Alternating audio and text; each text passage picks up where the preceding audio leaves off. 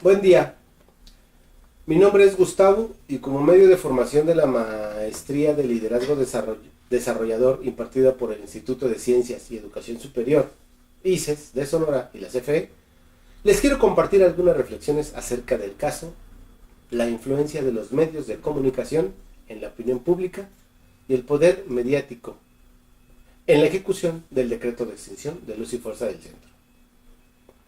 Lo cual me va a permitir explicar algunos conceptos que tienen que ver con una crisis de comunicación e imagen. Y bueno, también por ejemplo ver qué es un doxa, y diferenciarlo del episteme, que es noticia, que es opinión pública. Bueno, como es sabido, el 10 de octubre del 2009 se llevó a cabo la extinción del organismo descentralizado de luz y fuerza del centro, donde los medios de comunicación o los medios informativos jugaron un papel determinante en la percepción de la población hacia la situación que vivieron cerca de 44,000 trabajadores y sus familiares, quedándose sin empleo de la noche a la mañana. Ahí empezó una crisis. ¿Y qué es una crisis?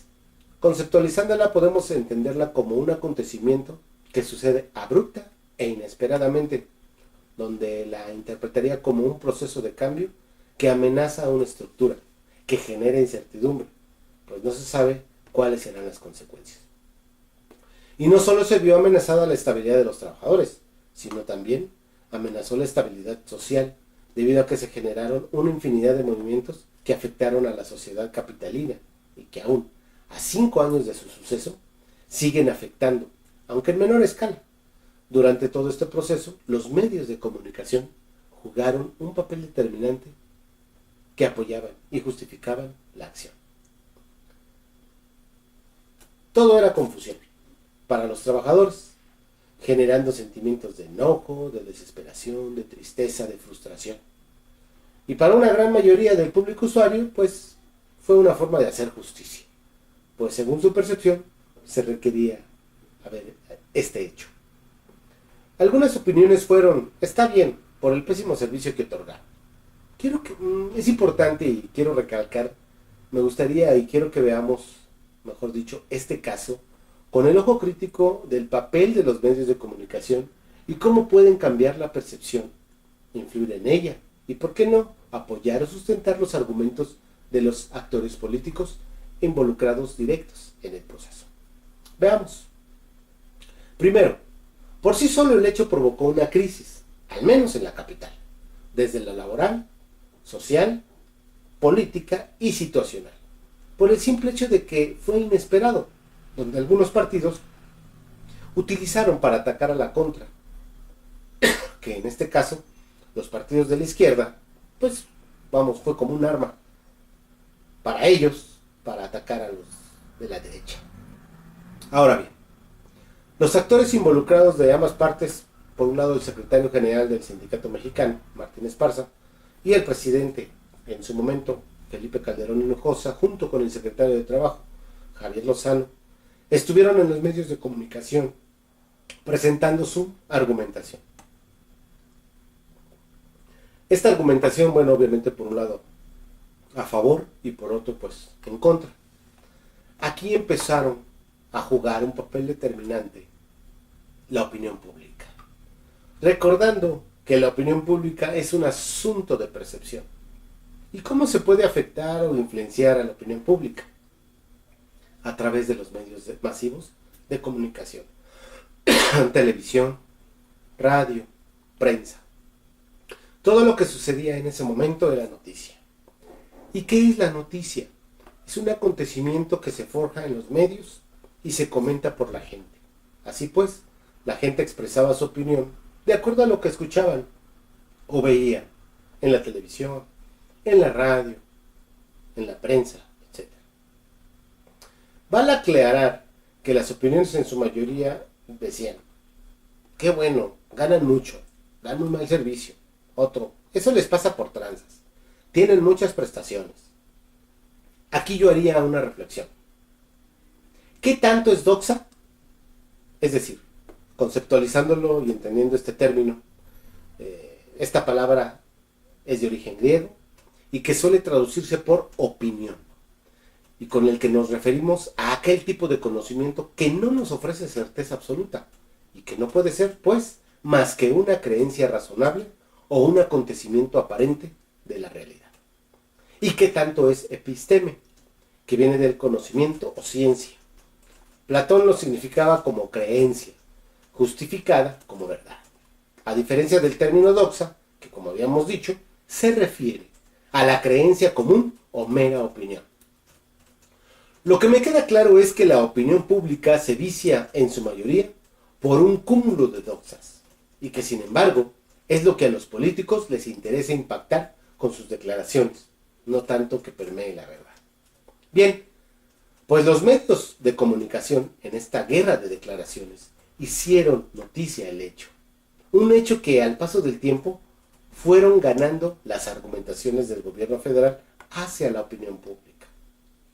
Es decir, justificaron su argumento con el planteamiento de que la extinta Luz y Fuerza del Centro era una carga económica para el país, que se iba a dar un mejor servicio, que las tarifas iban a bajar, etc.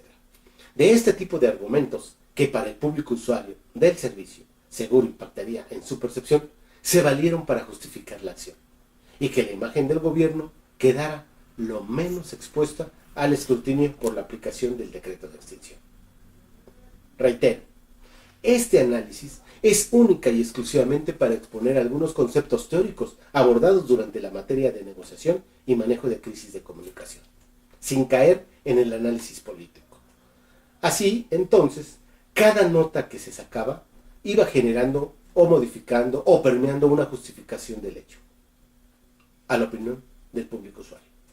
Asimismo, el secretario general del Sindicato Mexicano de Electricistas, que fungía como vocero para informar a la base trabajadora, pues tenía que afrontar ante los medios de comunicación los dimes y diretes, en ese entonces, de esa guerra de declaraciones.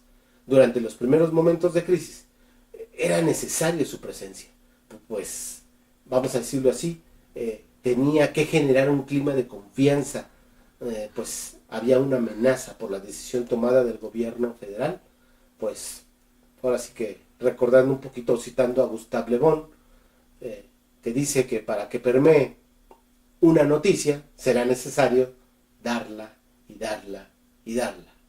Información, repetición, contagio. Información, repetición, contagio. Por lo que esta fórmula fue repetitiva y utilizada por ambas partes. Ahora, también en el discurso que manejaron los actores políticos en este caso, por ejemplo, al paso del tiempo, el secretario del ESME, Martín Esparza, como líder, era o estaba obligado para utilizar dentro de su discurso este concepto, esta palabra, etos. O no esta palabra, sino simplemente esta forma de expresar un discurso que contiene el etos. ¿Y qué es el etos? Es una palabra griega que significa costumbre. Es decir, tenía que mostrar en su discurso rasgos éticos y morales para proyectar un liderazgo ético y moral en los mensajes que emitía a todo el gremio, simplemente por ser el personaje que representaba a los trabajadores en ese momento, aunque otra parte del gremio pues, también estaba en contra de él.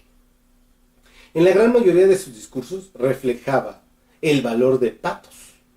¿Y qué es el patos? Es el uso y manejo de las emociones. Es decir, tenía que utilizar mensajes con carga emocional.